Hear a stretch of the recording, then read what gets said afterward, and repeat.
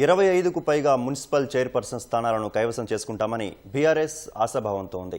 ఫలితాల ప్రకారం 17 మున్సిపాలిటీల్లో స్పష్టమైన ఆధిక్యం ఉందని, ఆయా పీఠాలను కైవసం చేసుకోవడంలో ఏ ఇబ్బంది లేదని పార్టీ వర్గాలు అంటున్నాయి.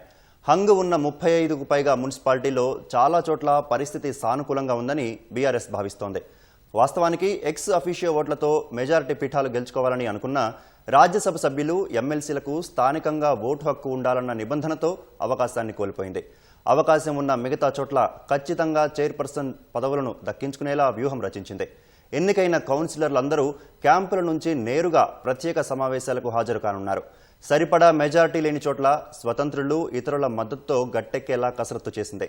బీఆర్ఎస్కు మెజారిటీ వచ్చిన చోట ఎక్స్ అఫీషియో ఓట్లతో పీఠాలను దక్కించుకోవాలని కాంగ్రెస్ ప్రయత్నం చేస్తుండటంతో అప్రమత్తంగా ఉండాలని నేతలకు పార్టీ నాయకత్వం ఇప్పటికే సూచించింది.